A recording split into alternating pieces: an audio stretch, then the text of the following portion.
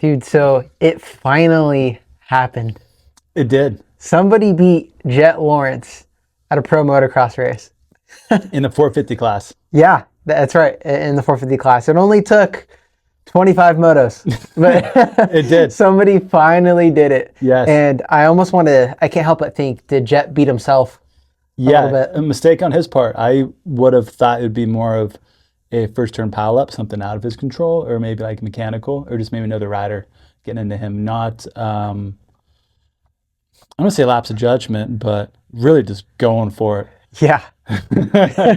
Yeah, absolutely. We saw him do that triple, that downhill triple that was new for this year, which we will cover the track changes, because last week I mentioned that the track would be the same, and little did I know. They changed just about everything. Well, of course, after the video came out, then that's true. We got to learn about it. So that's very true. That was knowledge maybe only a few had at the time. First off, to see him bust out that move is just insane.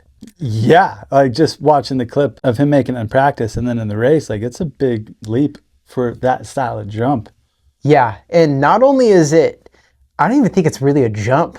There's like not a manufactured lip there. He's tripling off of a braking bump. You're right. To backside that. So he's really making those three gigantic rollers into a triple downhill, which ultimately led to his demise in 450 Moto 1. But let's touch on the track real quick. I thought the track was super rad. It was cool to see some differences and updates from just how the track has been. Yeah, I believe Hangtown is the oldest track on the circuit. And really? Yeah, it's pretty neat, like you said, to not only see some changes to the layout, but the dirt as well. They brought in a lot of sand. And watching the qualifying, my first thought was, wow, it looks pretty soft and sandy in some sections.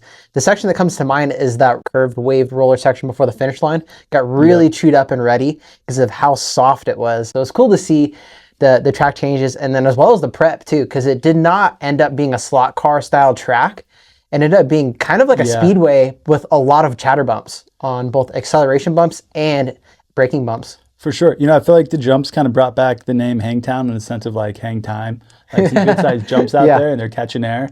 So that was cool to see that coming back. And yeah, you're right, man. I think the track allowed the riders to push it just enough. We'll get into more of this later on, but you could see riders really pushing the track and the terrain that they had. It allowed them to really push their bikes. It was a little slippery, not full traction in ideal conditions, but I don't think so ruddy and deep like previous years to where they had to be much more on the technical side of things and not be able to push the bikes. For sure. I think the track prep encouraged creative line choice because you're able to square out of the turns early. You're not stuck into a rut the entire way around a corner. So it led for great racing and ultimately great passing, which we saw by the number 4. Yeah, what a lesson. Sexton.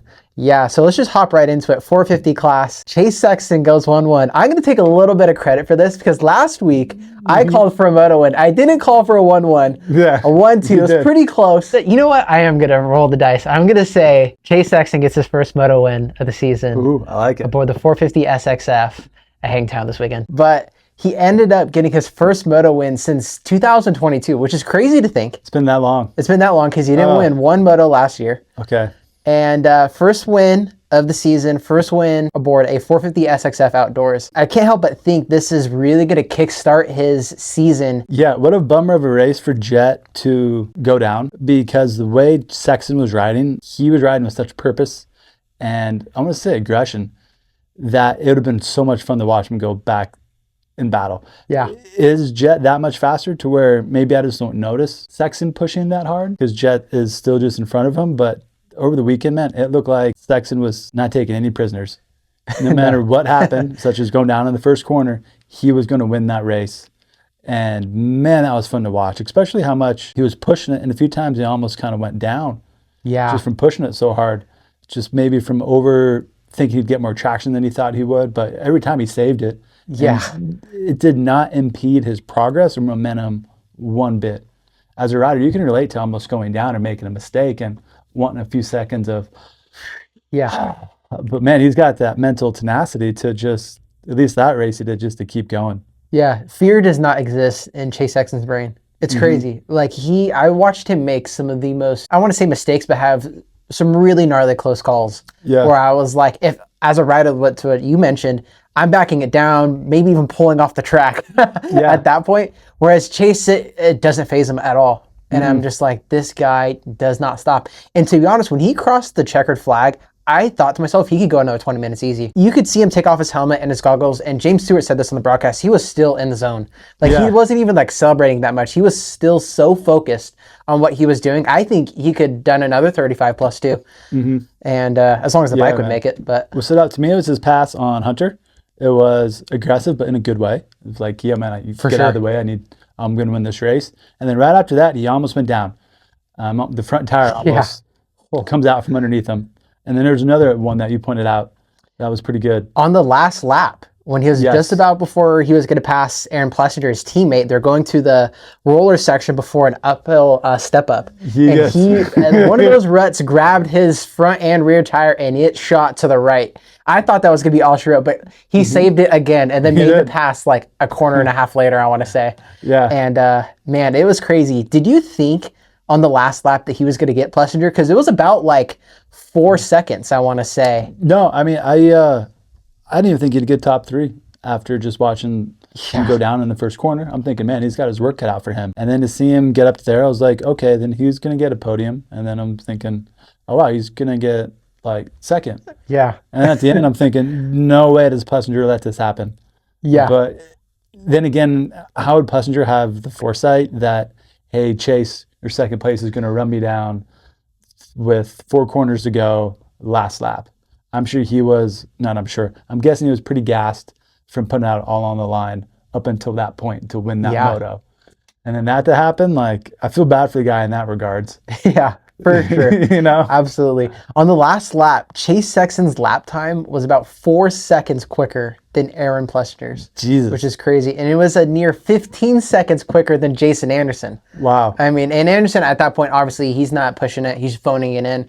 But it just goes to show you that if another rider backs it off just a little bit and a different rider stays on that pace, it's just crazy, the lap time difference. I mean, 15 seconds a lap. That's insane. Good job to Justin Cooper getting 3rd on that moto. Absolutely. Is that his first podium for 450s? Yes. Yeah. Cool. Yeah, so Justin Cooper rode great all day long. I think we're going to see a lot of these rides out of him where he's consistently top 5 on the podium. And I think on the right occasion, he can challenge for a moto win. Yeah, right now, I think just give him more experience on that bike and in that class.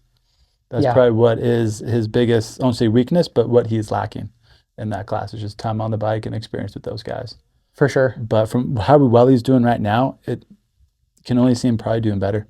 He's on the right team. They know what to do. They know how to handle a rider of his caliber and what they're trying to achieve. So he's at a really good spot.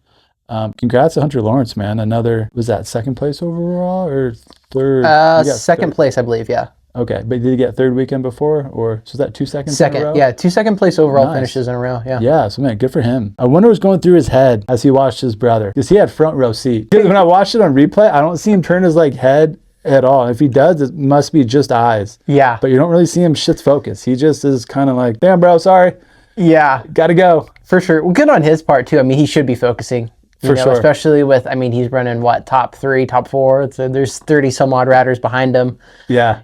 So, I mean, good on him. But yeah, another strong performance from Hunter Lawrence. Another guy who, again, I think will just be fighting for podiums, a moto win, and maybe even an overall win when the right opportunity presents itself. So I look for big things from Hunter Lawrence. And then I think going into 2025, Supercross and Motocross, we're going to see a big jump in not only speed, ability, fitness, but just overall skill level on that CRF 450R. It's gonna be a big jump from his rookie season to his sophomore season. Yeah, I thought Chase's bike looked really good. Was it dancing, maybe being a little chattery? You bet, but he's racing that hard. Same with the Lawrence brothers. I thought their Hondas looked really good. I heard the commenters saying that they weren't maybe too happy with the bikes last weekend and maybe they looked a little chattery, but I think what people forget is if a rider has a good setup, they're going to feel comfortable pushing the bike. And the bike may not always look visually good because it is a little chattery, but the rider feels that comfortable knowing, hey, I can push beyond my normal comfort zone and let the bike kind of dance a little bit. That's a good thing. That means the rider feels comfortable with their setup and they can go faster than what they normally would or push. Not saying they can't improve upon that setting, but I think that often gets forgotten that if you take that same rider and have him cut his lap time down by a second, just be a little bit smoother, his bike's gonna look phenomenal. But in that race situation where you're racing and you're charging in late, brakes late, gas early, the bike's going to dance quite a bit more under that type of situation. And just again, I thought Sexton's bike looked quite good given how hard he was riding that damn thing. And you watch that class now, from 1st to 20th, every dude is just attacking that track as hard as they can.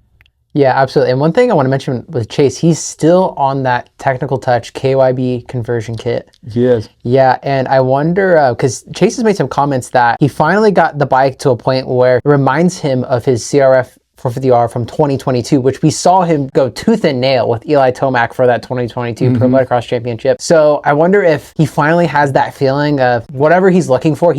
It seems as if he's finally found that aboard the 450 SXF with that KYB conversion kit. So if he's happy and comfortable with this bike, which clearly he is, because you don't make that many mistakes or close calls in a moto going that fast and continue to push that hard. You know, if the bike's biting you that way and it's throwing you sideways, left, right, up, down, whatever it is, you're going to back it down a little bit if you don't feel comfortable. But obviously he was comfortable enough to keep pushing that envelope and keep pushing the pace. So I wonder, again, if it's going to really snowball his season in the right direction to challenge Jett head to head and be able to beat him. Because in my opinion, Chase needed to win that moto. If he doesn't win that moto and Jett crashes, because there's no way Jett's winning that moto after he crashed. Yeah. If Chase doesn't win that, it's like, shoot, my main competitor, the guy I've played second fiddle to for a year and a half, crashed himself out and I still didn't win. Like, you know, so he needed to do that. So for him to do that, like, it was pretty dang impressive. And we haven't seen a last to first ride in a long time. Ironically, the last rider to do it in the United States was Jeffrey Hurlings aboard a 450 SXF. And that was a day where Jeffrey Hurlings and Marvin Muscan, who was his teammate for the day, went 1-2. So it's just pretty odd, the irony of it all. Big time at Iron Man too. Yeah. it's just so crazy of it all. Another cool thing that I saw when I was doing some stat digging and whatnot is Jett is now 24 points down in the championship. Okay. His first moto score was 24th. So no points. Yeah, which is crazy. And there's one more I'm just totally forgetting about. If it comes to me, I'll throw it in there. But there's another 4. I was like, things come in 3, and there was like 3 different 24 numbers scattered everywhere. I was like, what? That's pretty crazy. What I remember pointing out was we noticed that Sexton's back on the previous gen WP shock. Yes. So on Supercross, he was running the shock that has the high speed and low speed congestor combined into one. Whereas on the WP Exact Pro 8950 shocks that you can currently buy, like from WP and like from us, it has the split adjuster, meaning there's a dedicated high speed adjuster and a dedicated low speed adjuster. So just the housings are split. He's back on that shock for outdoors. I'm curious to see if that lasts throughout the entire outdoors. Mostly I'm curious is, what was the reason for the other shock? Is that one strictly motocross, supercross? Or is that the newest shock they'll be working on, but they don't have settings for it yet? I've seen some advertisements from WP, not about that shock directly, but just like showing off their race truck and their rig. And that shock has been showing up at different facilities, like over in the MXGP on different riders' bikes. So I'm just curious to get more technical info on that. So it's a really good talking point as far as what Chase is running, because we've seen him swap between a couple different options between the KYBs and Supercross, WP components. Now he's running different generation shocks.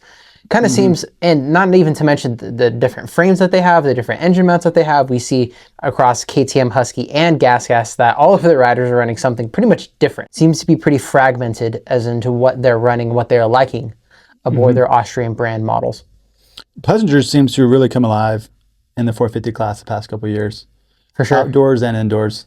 Yeah. It seemed like he had quite a, maybe not as successful transition going from 250s to 450s as a lot of people thought they would. Yeah. Maybe took him a little more time in the class, but also probably just experience, and he's probably had some hardships off the camera we weren't aware about. Maybe it's some injuries and just other things going on as well. So glad to see him really taking form and pace that we all were hoping to see out of him. Quick shout out to Jason Anderson with his top 3 finish and first moto.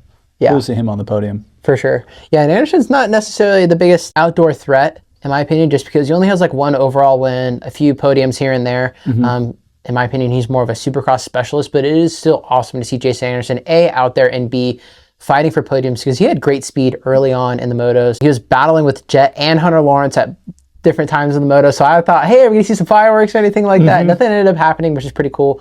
Good to see those guys keep it pretty cordial on the track, race each other fairly. Well, let's set up with the 250 class, man, because that was equally as fun to watch. Dude, for sure, yeah. In my opinion, Hayden Deegan was the guy this weekend. But Tom Viala did have something to say about it in Moto2, which we will get to about. But Hayden Deegan, man, he went from what I saw, he was 10th on the first lap and charged his way all the way up to the front. And yeah, he is really, again, we were talking about who was going to really stick a flag into this 250 Pro Motocross Championship. And it seems as if Hayden has really done that this week. Yeah. It seems like Tom and Levi are going to catch him, keep him honest if he makes any mistakes. But he's quickly making apparent that if it's just an all-out race, Hayden's going to outrace him and out-effort them. Yeah, absolutely. His fitness seems to be his ace in the hole. Like, he is just charging these guys late. He knows that they're going to get tired. He's been pretty vocal about Kitchen fading. Kitchen didn't really fade too much at Fox Raceway, and Kitchen was pretty vocal about, hey, I'm not the biggest fan of Hangtown. I want to get to some East Coast tracks. Let's get out of California. And he stayed consistent with a 3.3 moto score, so good on the chef for doing that. But yeah, I do think Hayden does have a little bit of an edge there, whether it's mentality, bike setup, or fitness, what I mentioned to you earlier. He does seem to have a little bit of a dominant edge on these guys. And for him to go down and still wrap up a second. Yeah, absolutely. He's really lucky that he did not get hurt, because he helicoptered off that bike. He did. Pretty reminiscent of his Mini-O's crash from 2021, I believe, as well, where he helicoptered over the bike and kind of did a 360 spin sort of thing. And the dude is like a cat. I guess he's got 9 lives. He just kind of rolls out of it and pops right back up. I'm glad he landed pretty like that. Yeah, for sure. And he didn't get the moto win. I mean, he was on his way to that moto win. I do want to mention Tom Vial, because on lap 8, 9, and 10, Tom Vial, and this is in Moto2, by the way, on laps 8, 9, and 10, he was over a second faster than Hayden Deegan. Turned it up. Yeah, so he was turned up. He was catching Hayden Deegan and making a pretty good dent towards that lead. But Hayden did pull it back on lap 11 by about 4 or 5 tenths, about half a second. And then on lap 12 is when he crashed. Who knows what would have happened if Hayden didn't crash? Not saying Tom was going to pass him or Hayden was going to win, but Tom was making a charge forward towards Hayden later in the later stages of 250 Moto2. Heading back east, do you think we see Tom get better? Yeah, I think so. Kitchen? Yeah. We talked about this in another episode. When Tom, he's got so much experience, especially on 250, championship experience, fighting for championships. So I think once we get to Thunder Valley, which is this coming Saturday already, High Point's right after it, Unadilla, Budds Creek, I think some of these more European-style tracks, Tom's really going to thrive at. We mentioned Southwick in another episode. He won the overall there last year. As the season goes on, we're going to see Tom Vial get better. Thunder Valley seems like such a great transition track, going from the 2 West Coast rounds, which are just usually pretty dry dirt. We get ruts, but the East Coast guys laugh at what we call ruts. Understandably, there's a big difference. It's like a groove almost here. Yeah, for us, it's just this nice arc to the corner. For you guys, it's the entire freaking track. Yeah. But what I'm getting at is Thunder Valley seems like a good transition, because it's still a rather hard pack dirt, so the California base, but it definitely seems to hold moisture a little bit better than our West Coast tracks, and can get quite a bit ruddier as well. So it's kind of a cool way to see the set up the riders to transition from the conditions they have been riding to what they're going to soon start experiencing much more of as they work their way back east. With that in mind, I still think it really lends Hayden the advantage in terms of just what he knows how to ride. And granted, he can ride East Coast tracks as well. Yeah. But he kicks ass on the hard pack stuff. Yeah. And so it's going to be fun this weekend to see if any riders do substantially better than they have the past 2 weekends with the slightly different terrain, or if it's pretty much about the same as it has been. Yeah, I think the status quo for this weekend is going to be pretty similar. I think the front runners in the 250 class are the Chef, Deegan, and Tom Vial. In what order? It's a toss-up, because we've seen Kitchen have great moments, Vial and Deegan. It's hard to bet against Deegan, so I guess you could slot him into that top spot, second and third. Man, I feel like you're almost pulling hairs at that point.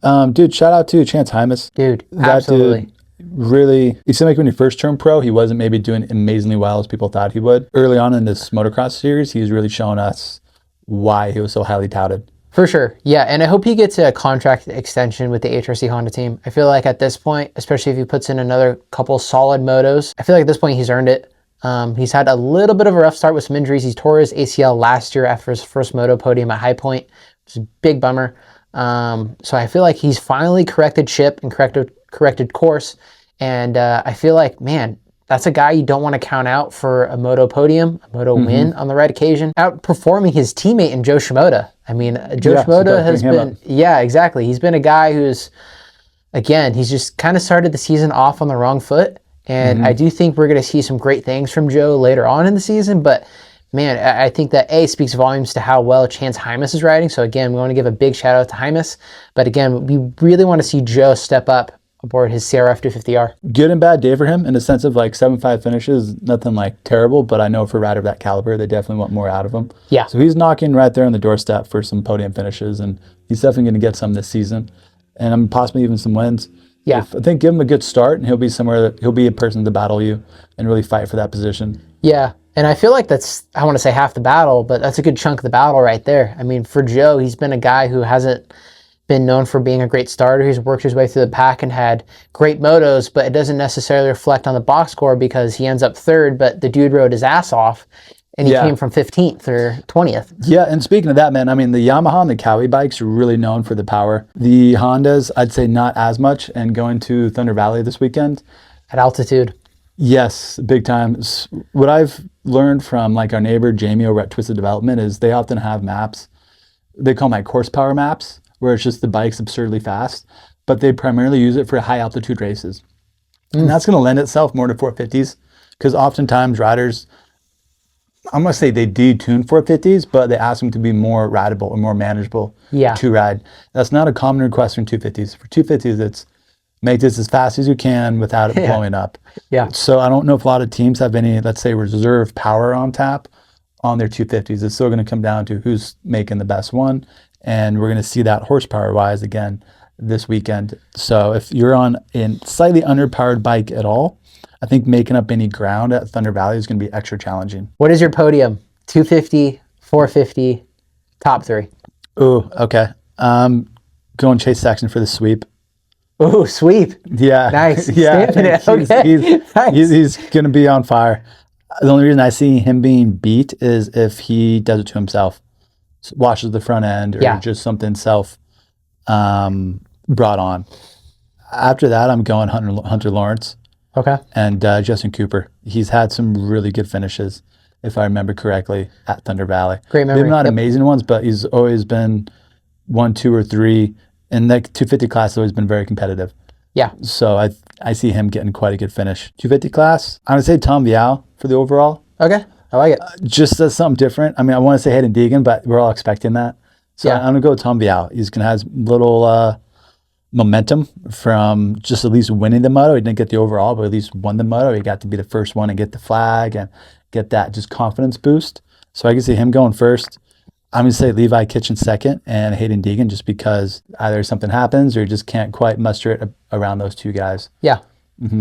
Ooh, good picks. Really good picks. Make me think about mine a little bit. I'm going to agree with you in the 450 class. I'm going to go Chase Sexton as well. For a sweep or just overall? Good question. I'm going to go overall. Okay. I think he goes 2-1 or some sort of... Let's have the math work out to where he just gets an overall. Okay. So Sexton first. I'm going to go... That's a great pull on Justin Cooper, too. You're right. He's had great battles with Jett Lawrence there. Justin Cooper second. Jett Lawrence third. Okay. Nice. Yeah. I like it. 250 class. I'm gonna match you again. Tom Vial first. I'm gonna go. Actually, no, scratch that. I'm gonna go Levi Kitchen first. Ooh, Tom that's Vial a good second. one. Okay. Hayden Deegan third. I believe if my memory serves me correct, Kitchen won there last year, so I'm hoping for a repeat. Okay. Yeah, that really helps riders' confidence, man. Going into a place you've had good success with in the past. Absolutely. Versus going somewhere you haven't had good success and then trying to just rid your mind of that and create a new past experience. Yep. So, sweet. Well, it looks like weather permitting is going to be a good race. And this should just be another good weekend of racing dirt bikes. Once again, we appreciate you guys watching this. We'll be back for Thunder Valley recap and High Point preview next Tuesday, I believe. And stay tuned. Be sure to subscribe to the Ride JBI YouTube channel to be in tune with shop talk, race recaps, tech tips, or JBI spec videos. We will see you guys in the next one. Thank you guys for watching.